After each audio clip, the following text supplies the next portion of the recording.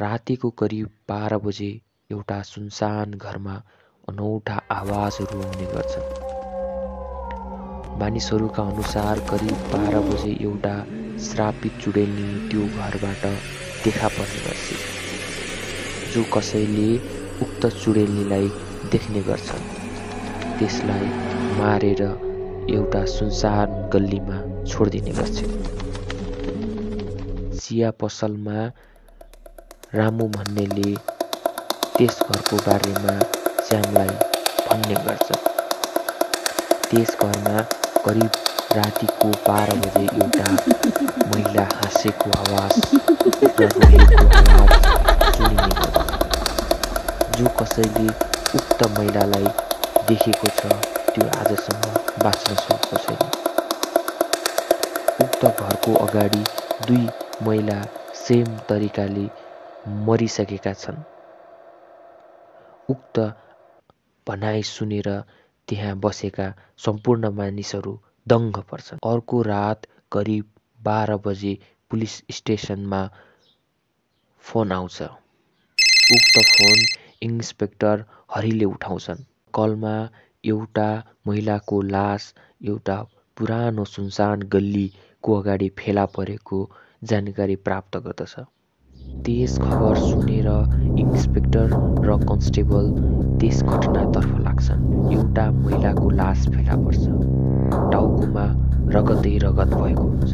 कन्स्टेबलले उक्त महिलाको हातमा एउटा चिठी प्राप्त गर्दछ जसमा मलाई यो चुडेलनीबाट बचाउनु, यसले मलाई आज मार्छ। त्यो पढ्ने बित्तिकै कन्स्टेबल डरले थरथर काम्न थाल्छ। किनभने उसलाई पहिले नै त्यो पुरानो डरलाग्दो घर र त्यो पुरानो गल्लीको बारेमा पहिले नै जानकारी हुन्छ।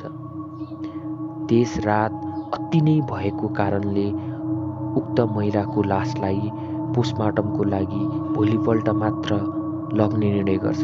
त्यतिकै समयमा एउटा कालो कपडा लगाएको अघोरी बाबा परबाट उनीहरूको तर्फ आउँदै गरेको देखा पर्छ।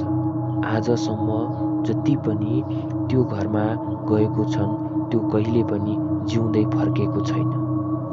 त्यो अघोरीको बोली सुनेपछि त्यहाँको वातावरण झन् डरलाग्दो बन्न थाल्यो। इन्सपेक्टरले भूत प्रेत अन्धविश्वासलाई विश्वास गर्दैनथ्यो। उसले कन्स्टेबललाई उक्त लासलाई कुर्न र आफू पुरानो घरमा जाने निर्णय गर्छ। सुरुमा वातावरण शान्त नै थियो। जब ऊ त्यस घरमा प्रवेश गर्दछ त्यहाँको वातावरणमा केही परिवर्तन भए जस्तो महसुस हुन्छ। ऊ घरको सिडी मात्र के चढ्न लागेको थियो। पछाडिबाट कोही गएको जस्तो अनुभव भयो। त्यतिकै बेला उसले पछाडि फरक्क फर्केर हेर्दा कोही पनि देखेन। हतार गरेर सिडीमाथि चढ्न खोज्यो। उक्त सिडीको अगाडि एउटा पुरानो कोठा थियो जहाँ एउटा मोमबत्ती बलिरहेको थियो। त्यहाँको वातावरण एकदम भयानक र डरलाग्दो थियो। तिनै बेला एउटा महिला अगाडि देखा पर्छ। त्यसको साथ अर्को भूत पनि देखा पर्छ जसलाई देखेर त्यो इन्सपेक्टर डरले झनै काम्न थाल्यो। उक्त महिलाले पुलिसलाई भन्छ, "तँ यस घरबाट आज जिउँदै जान सक्दैनस्।